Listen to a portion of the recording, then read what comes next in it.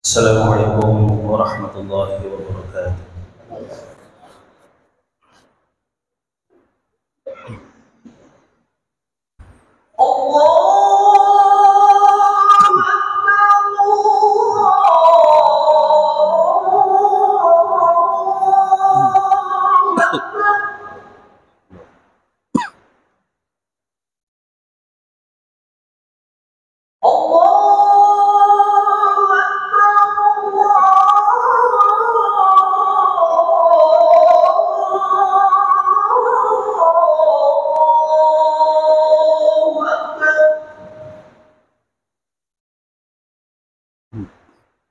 أشهد أن لا إله إلا الله.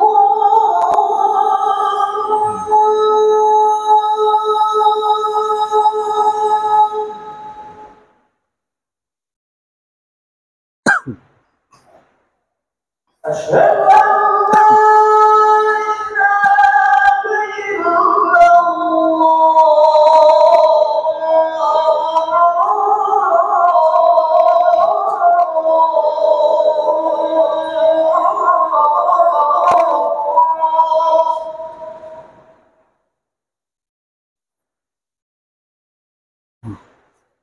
أشهد أن محمدا رسول الله.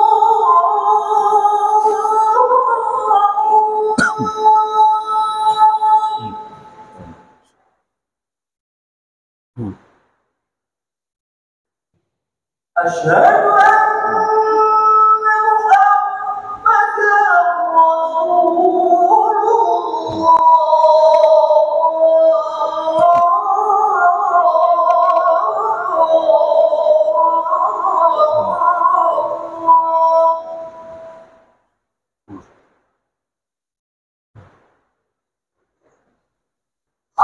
حي على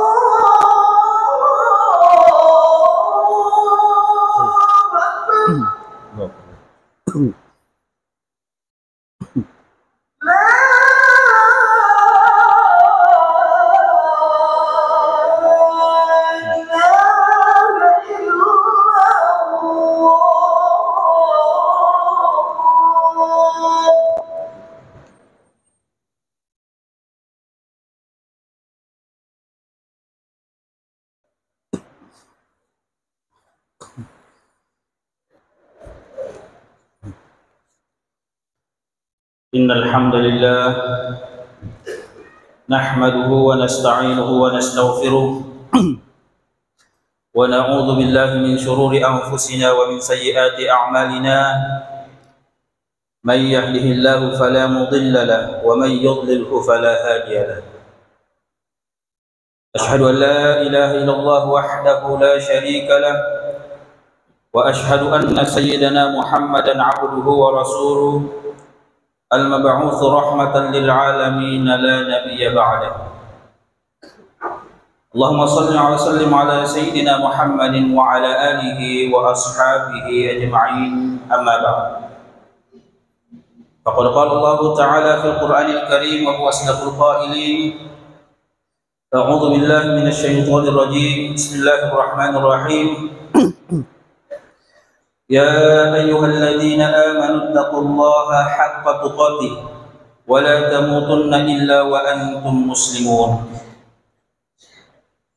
يا أيها الذين آمنوا اتقوا الله وقولوا قولا سديدا يصلح لكم أعمالكم ويغفر لكم ذنوبكم ومن يطع الله ورسوله فقد فاز فوزا عظيما. صدق الله العظيم وبلغ رسوله النبي الكريم ونحن على ذلك من الشاهدين والشاكرين والحمد لله رب العالمين. فيا عباد الله أوصيكم ونفسي بتقوى الله فقد فاز المتقون. Jamaah Jumat yang dimuliakan Allah Subhanahu wa taala. Sebagai khatib tidak lupa mengingatkan, marilah kita selalu meningkatkan keimanan dan ketakwaan kita kepada Allah Subhanahu wa taala. Dan jangan sampai kita menghembuskan nafas terakhir di luar daripada agama Islam. Oleh karena itu, kita harus sadar bahwa Allah Subhanahu wa taala menciptakan kita di muka bumi ini, dan Allah Subhanahu wa taala mempersiapkan segala fasilitas. Allah Subhanahu wa taala mempersiapkan berbagai macam fasilitas agar supaya kita hidup di dunia ini dengan tenteram, dengan nyaman. Dan Allah Subhanahu wa taala mengirimkan Al-Qur'an dan memberitahukan bahwa setelah kita hidup di dunia ini, maka ada kehidupan nanti di hari kemudian. Oleh karena itu, Al-Quran merupakan pedoman, petunjuk yang mesti kita ikuti. Karena Al-Quran di dalam awal-awal surah Al-Baqarah, Allah Subhanahu wa taala mengatakan, "Dzalikal kitabu la raiba fihi." Al-Quran ini adalah merupakan tidak ada keraguan di dalamnya. Dan sampai sekarang Al-Quran sudah terbukti 80% kebenarannya, baik yang berbicara tentang ilmu pengetahuan, baik berbicara tentang sejarah, baik Al-Quran berbicara tentang kehidupan dunia, itu sudah dibuktikan 80% menurut para penafsir, dan sisa 20% belum bisa dibuktikan. Tetapi yang 20% ini 0,00% tidak ditemukan juga kesalahan. Kenapa 20% belum ditemukan? Karena Al-Quran berbicara tentang sesuatu hal yang belum terjadi. Apa yang belum terjadi? Al-Quran berbicara tentang hari kiamat. Al-Quran berbicara tentang bagaimana kehidupan di alam barzakh atau di alam kubur. Al-Quran berbicara tentang padang mahsyar. Al-Quran berbicara tentang jembatan Shiratal Mustaqim. Al-Quran berbicara tentang bagaimana pedihnya di dalam neraka, dan begitu pula bagaimana nikmatnya di dalam surga. Itulah diantaranya yang belum bisa dibuktikan 20%. Tetapi sebagai orang yang beriman, kita yakin seyakin-yakinnya Al-Quran akan terbukti 100% kita ketika kita meninggal dunia. Jemaah Jumat yang dimuliakan Allah Subhanahu wa taala. Para penafsir mengatakan bahwa di antara 30 juz Al-Quran 114 surah, kalau disimpulkan ada kesimpulannya di dalam surah Al-Fatihah, dan kalau surah Al-Fatihah ini disimpulkan maka ada kesimpulannya di dalam Bismillahirrahmanirrahim. Salah satu ulama besar, Muhammad Mustafa Al-Maraghi, mengatakan bahwa begitu dahsyatnya, luar biasanya kandungan di dalam Bismillahirrahmanirrahim. Beliau mengatakan ada 3 poin dari segi bentuk huruf bismi, ba, sin dan mim, dan setelah bismi ada Allah Ar-Rahman Ar-Rahim. Allah Ar-Rahman dan Ar-Rahim ini adalah merupakan semuanya nama Allah, akan tetapi berbeda maknanya. Jemaah Jumat yang dimuliakan Allah Subhanahu wa taala. Kata beliau, kita lihat Bismillahirrahmanirrahim mulai huruf ba. Bagaimana bentuk huruf ba? Huruf ba dimulai dengan 1 titik. Kita lihat bentuknya satu titik, itu adalah simbol bahwa asal kita manusia sama dari setetes air yang hina. Kalau kita sudah mengetahui bahwa asal kita sama, berarti kita tidak boleh sombong selama kita hidup di dunia ini. Apa yang kita akan sombongkan? Tidak ada yang bisa kita sombongkan. Ada orang yang sombong karena hartanya, karena uangnya yang banyak. Ada orang yang sombong karena pangkat dan jabatannya. Akan tetapi sekejap jika Allah Subhanahu wa taala ingin mengambil hartanya, kebakaran, tsunami, atau ditipu, atau apapun dengan cara Allah, sekejap saja ketika Allah ingin mengambil harta kita. Makanya tidak patut kita sombong. Begitu pula pangkat dan jabatan kita tidak boleh sombongkan. Kenapa? Karena pangkat dan jabatan hanya sementara. Dan di dalam surah Al-Haqqah Allah Subhanahu wa taala mengatakan dan mencontohkan nanti di hari kemudian ada orang yang berteriak menangis, ma aghna anni maliyah. Ternyata hartaku sekarang tidak bisa memberikan manfaat. Dulu sewaktu saya hidup di dunia Dulu sewaktu saya hidup di dunia, saya adalah orang kaya raya.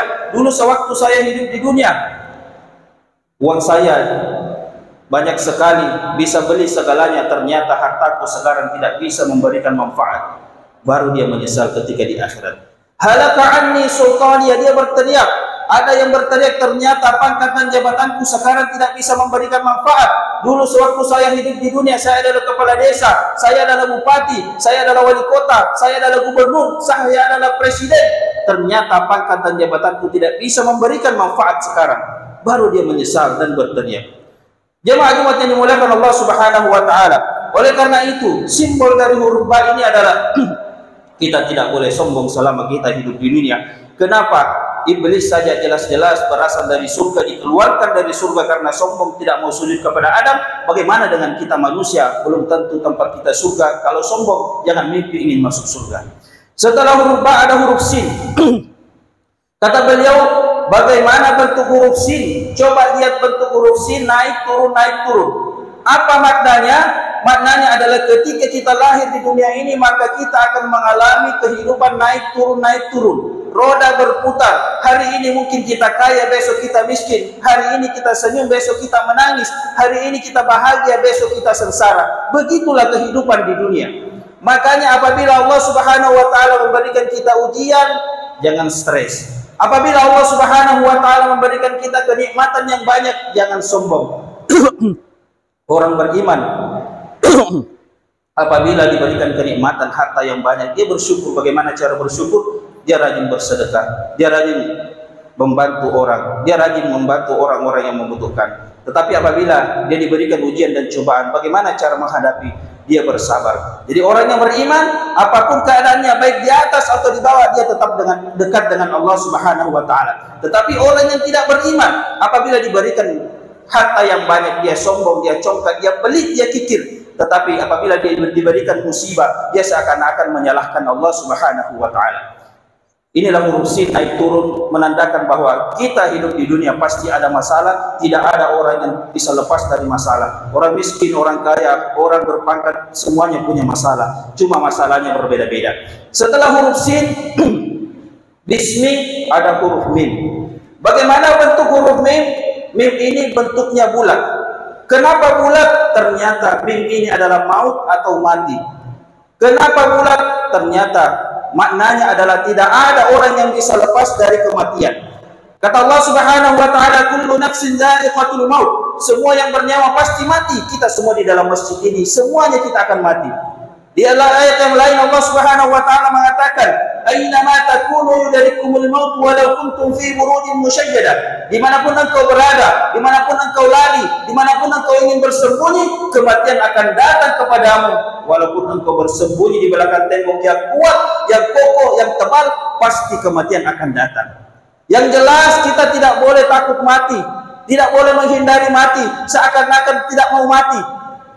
Akan tetapi orang yang beriman pasti selalu mempersiapkan kematian dan selalu mempercaya bahwa kalau saya mati, bekal apa yang akan saya persiapkan nanti di hari kemudian. Sebelum kita menyesal, kita mempersiapkan karena pasti kita akan mati.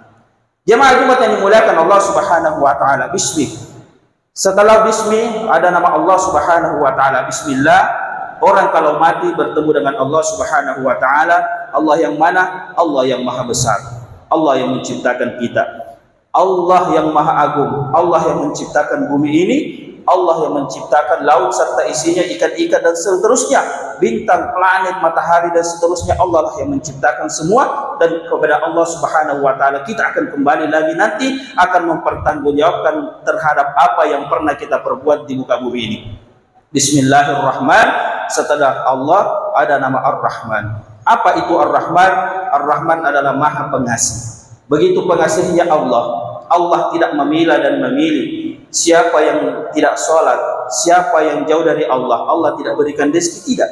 Atau Allah Subhanahu wa taala memilih, melihat siapa yang rajin sholat, siapa yang rajin ibadah, itu saja yang diberikan rezeki, tidak. Tetapi Allah Subhanahu wa taala memberikan semua rezeki kepada siapapun makhluknya, baik dia rajin beribadah atau tidak rajin beribadah, bahkan yang tidak kenal Allah sekalipun Allah Subhanahu wa taala berikan rezeki. Nikmat matahari, cahaya matahari, nikmat oksigen, nikmat air, semuanya Allah Subhanahu wa taala berikan kepada siapapun, baik beriman dan tidak beriman. Tetapi jangan cemburu bagi kita yang rajin ibadah. Nanti ada yang mengatakan, saya kok rajin ibadah, kenapa tetangga saya tidak pernah ibadah, bahkan rajin maksiat tetapi diberikan rezeki yang lancar. Jangan cemburu. Kenapa? Karena setelah ada Ar-Rahman ada Ar-Rahim. Apa itu Ar-Rahim? Maha penyayang. Allah tidak akan sayangi orang-orang seperti itu, dan ini akan berlaku di akhirat. Ketika kita meninggal nanti, Allah Subhanahu wa taala akan memilah dan memilih siapa yang Allah sayangi. Orang-orang yang rajin kepada Allah Subhanahu wa taala beribadah, orang-orang yang rajin salat, orang-orang yang dekat kepada Allah Subhanahu wa taala sewaktu hidup di dunia, tentu inilah yang akan disayangi oleh Allah Subhanahu wa taala, dan orang yang disayangi akan dimasukkan ke dalam surga Allah Subhanahu wa taala. Tetapi orang-orang yang jauh dari Allah Subhanahu wa taala sewaktu hidup di dunia, baik hartanya melimpah, pangkatnya tinggi, tetapi dia jauh dari Allah Subhanahu wa taala, ketika dia meninggal Allah tidak akan sayangi. Sifat Ar-Rahim Allah tidak akan berlaku. Bagaimana kalau Allah tidak sayangi? Allah akan masukkan dalam neraka jahanam. Jemaah yang dimuliakan Allah Subhanahu wa taala. Bismillahirrahmanirrahim. Sangat luar biasa kandungan maknanya. Di dalam kitab Khazinatul Asrar, Syekh Muhammad Hakim An-Nazili mengatakan bahwa selain kandungan dari Bismillahirrahmanirrahim ini juga bisa diambil zikir. Bagaimana cara zikirnya? Mengucapkan Bismillahirrahmanirrahim, Bismillahirrahmanirrahim sebanyak adat Jumadil Kabir, sebanyak 786 kali dalam seminggu. Insya Allah, apapun hajat kita, apapun keinginan kita, Allah Subhanahu wa taala akan memudahkan.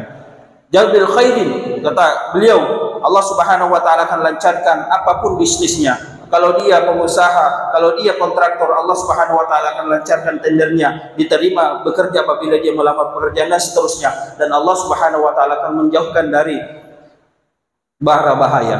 Kemudian kata beliau, barang siapa yang membaca Bismillahirrahmanirrahim 1000 kali setiap hari, istiqamah setiap hari, maka Allah Subhanahu wa taala akan memberikan qadallahu hajatahu bil yusri fid dunya wal akhirah. Apapun hajatnya, apapun keinginannya, Allah Subhanahu wa taala akan memudahkan hajatnya, keinginannya dengan mudah di dunia atau hajat akhirat. Kemudian yang terakhir, di dalam kitab Kasyifatus Sajjah dikatakan bahwa orang yang membaca Bismillahirrahmanirrahim sebelum tidur sebanyak 21 kali.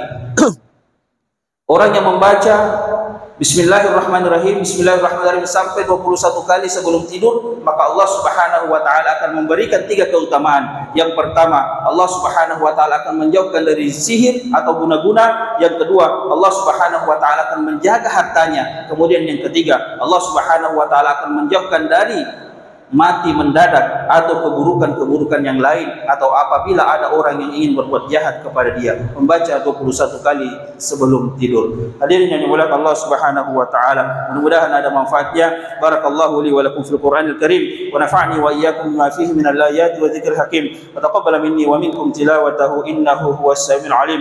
Aqulu qawli hadza wa astaghfirullahal azim li wa lakum fastaghfiruhu innahu huwal ghafurur rahim. اللهم صل وسلم وزد وأكرم وبارك وبارك بجلالك وكرامك على أشرف عبادك سيدنا ومولانا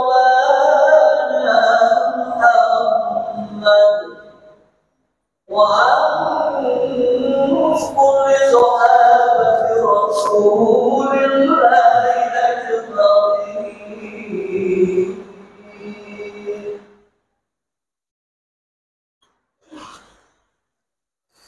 الحمد لله حمدا كثيرا كما أمر. أشهد أن لا إله إلا الله وحده لا شريك له، وأشهد أن سيدنا محمدا عبده ورسوله المبعوث رحمة للعالمين لا نبي بعده. وقد قال الله تعالى في القرآن الكريم وهو أصدق القائلين: أعوذ بالله من الشيطان الرجيم، إن الله وملائكته يصلون على النبي يا أيها الذين آمنوا صلوا عليه وسلموا تسليما. قال الله عن الخلفاء الراشدين أبي بكر وعمر وعثمان وعلي وتابعين التابعين ومن تبعهم بإحسان إلى يوم الدين.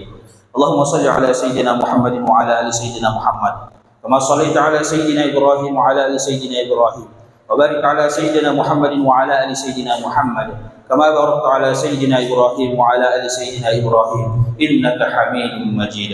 آمين. اللهم اغفر للمؤمنين والمؤمنات والمسلمين والمسلمات الأحياء منهم والأموات إنك سميع قريب مجيب الدعوات ويا قاضي الحاجات.